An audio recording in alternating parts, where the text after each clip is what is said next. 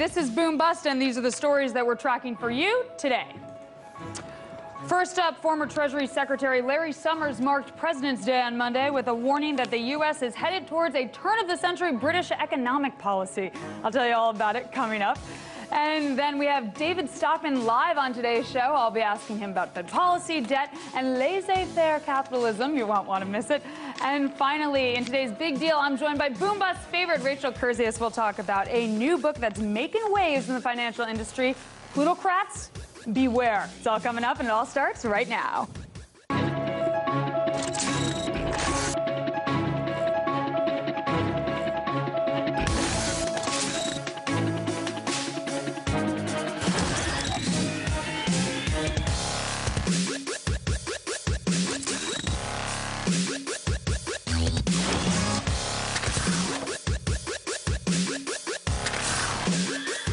An aristocrat with no servants is as much use to the county as a glass hammer. Ah, Maggie Smith, what a wonderful lady. Just love that. That was Downton Abbey, and I truly do love that show. Now, Downton depicts the lives of an aristocratic family and their servants in post-Edwardian era England.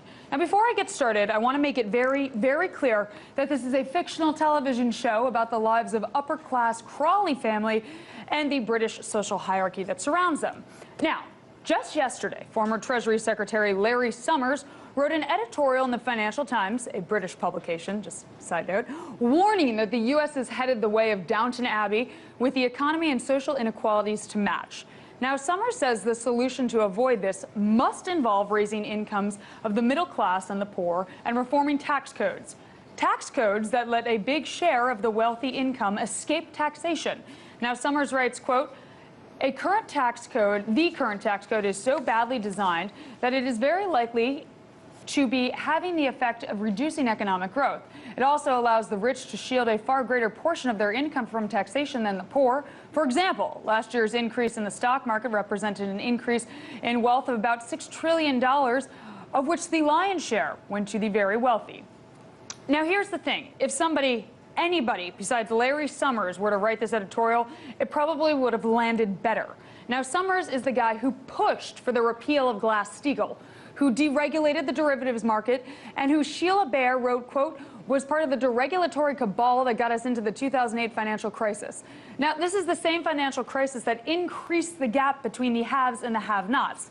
Summers is one of the haves with a fortune estimated to be between $17 and $39 million amassed by consulting for financial firms like Citi. Now, Summers went on to write that President Barack Obama is right to be concerned. Those who condemn him for tearing down the wealthy and engaging in un-American populism are, to put it politely, lacking in historical perspective. Now, kind of like the pot calling the kettle black a little bit, Larry, no? Especially when your historical perspective is based on that of a fictional TV show. She only tried to give me orders. You mean she mistook you for a servant? But he's a servant. Don't tell him that. He'll never get over this shock.